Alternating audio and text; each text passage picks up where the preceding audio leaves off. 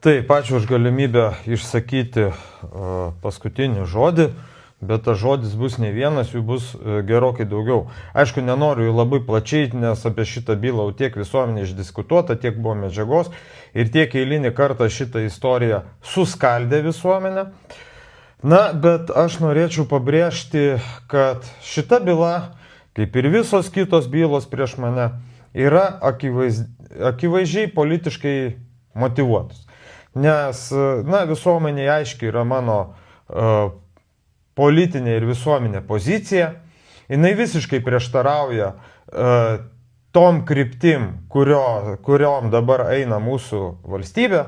Aš pasisakau prieš karinį konfliktą, aš pasisakau prieš Ukrainos finansavimą, aš pasisakau prieš LGBT finansavimą ir apskritai ideologiją, kad tokia. Na, o mūsų išrinktieji dabar elgiasi kitaip, bet demokratijos esmė, kiek mums aišina ir kiek mums sako, tame ir yra, kad kiekvienas turi teisę išsakyti savo nuomonę ir negali būti dėl to persekiojama.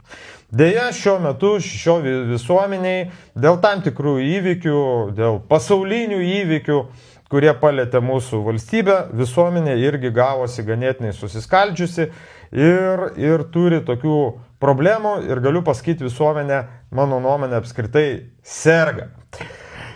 Labai išryškėjo ypatingai mano asmens pasirodymų viešoje erdvėje, na ir dvigubi standartai, kurių iki tol šioje valstybėje nebuvo matyti. Kalbu apie dvigubus standartus ir dvigubus teisės taikymus, taip kaip šiuo metu dirba mūsų teisėsauga, mintyje turiu policiją, ir taip kaip dirba prokuratūra. Akivaizdu, kad man dėl mažiausio ginčytino veiksmo iškart yra keliamos baudžiamosios bylos, tuo tarpu kitiem asmenim tokių baudžiamųjų bylų nėra. Apie tai labai puikiai pasakė mano advokatas Erikas Rugienius, kad vėlgi man iškelta baudžiamoji byla, o už atitinkamus veiksmus, tarkim, kitiem asmenim tos baudžiamosios bylos nekeliamos. Dar vienas irgi visuomeniai nuskambėjęs atvejis, kalbant apie spjūvį, tai vėlgi, kai Bartkevičius spjovė, jam administracinė teisena, na, o yra kitas toks asmuo, kuris irgi ne per seniausiai spjovė į žydus, jam ir iškelta yra irgi baudžiamoji byla. Ką tai parodo?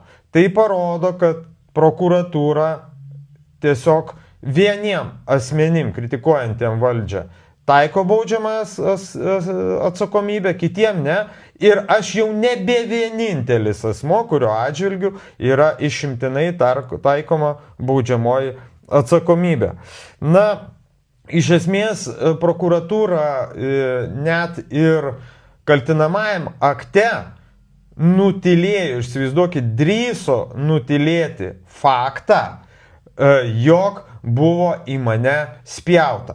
Tai vėl patvirtina prokuratūros šališkumą, kad jeigu būtų aišku, kas provokatorius šios situacijos, būtų tas ikiteisminis tyrimas turėjęs eiti kitą pusę. O kadangi ir teismui buvo bandoma nutilėti šitas faktas, jog Bartkevičius pats inicijavo konfliktą, o aš gyniausi tokiu būdu, na, akivaizdu, kad prokuratūra vykdo mano persekiojimą ir tiesiog piknaudžiaudama teise teikia atitinkamus prašymus teismui, na ir teismai priversti nagrinėti va tokias baudžiamasias bylas. Na, noriu pasakyti, kad šitie asmenys, kurie padarė provokaciją prieš mane, būtent Valdas Bartkevičius, būtent Viačeslavas Mickevičius, tuo neapsiribojo. Ir kaip pasakė mano advokatas Erikas Rugienius, buvo renkami pinigai ne tik tikslu paremti Ukrainą, tačiau viešoji socialiniai erdvėjai mes turime surinkę visus duomenis, kaip buvo vėliau gimusios akcijos, renkami pinigai, paviešintos sumos, kurios buvo surinktos, su tikslu apspjauti celofaną. Tai nukentėjusio, man net sunkiai verčiasi liežuvis, Valdą Bartkevičių pavadinti nukentėjusiu.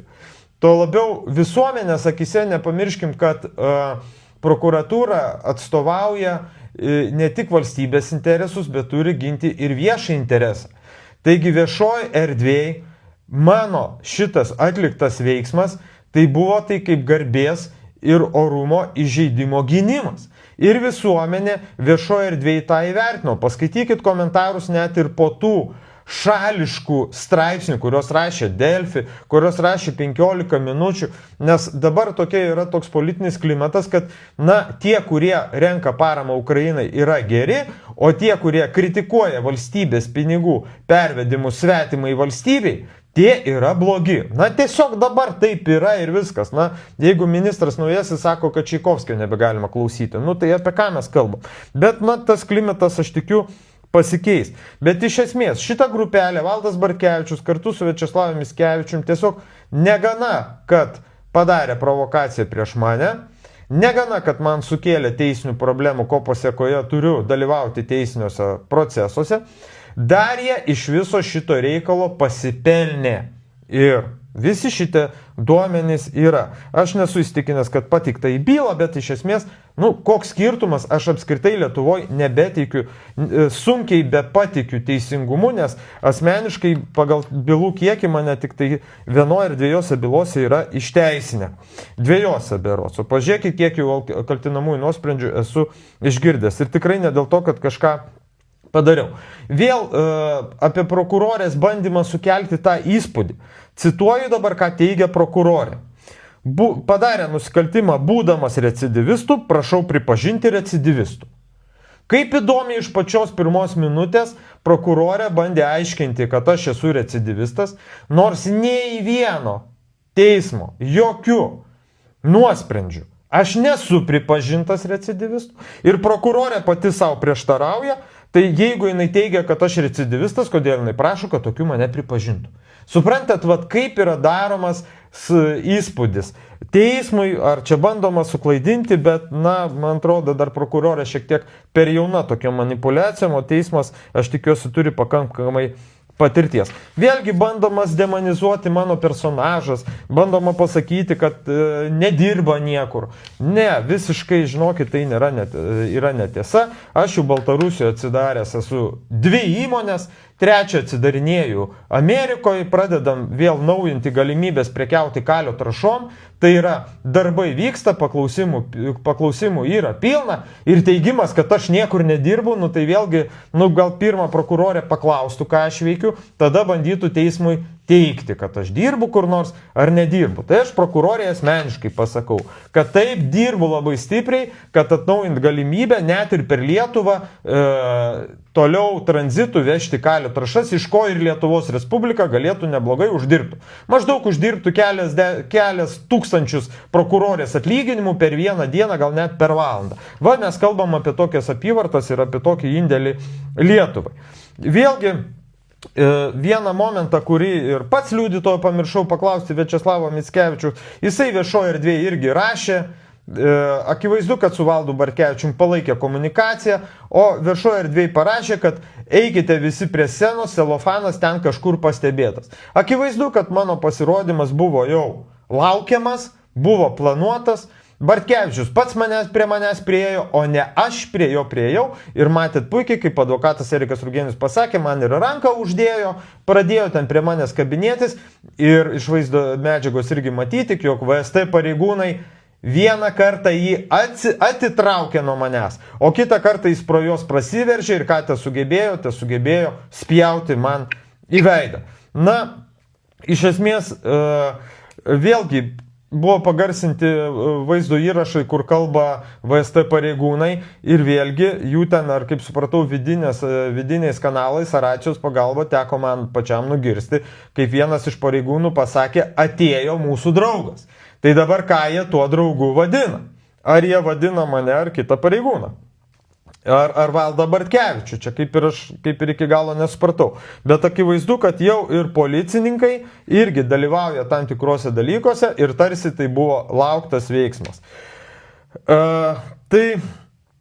Dar apie patį Valdą Bartkevičių, tai vėlgi, jeigu pasižiūrėt TV3, kur darė jisai komentarą sekančią dieną, tai vėlgi jisai akivaizdu, kad nuotrauką teismui pateikėm, kad iki įvykio Valdui Bartkevičiui buvo ir pradrėksta nosis ir aiškiai yra apibriežti jau tada buvę veido sužalojimai, dieną prieš.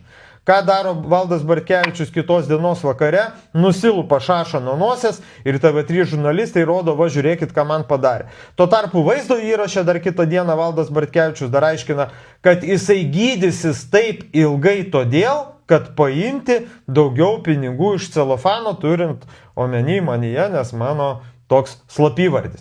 Na ir iš esmės nustebino ir mane patį Valdo Bartkevičiaus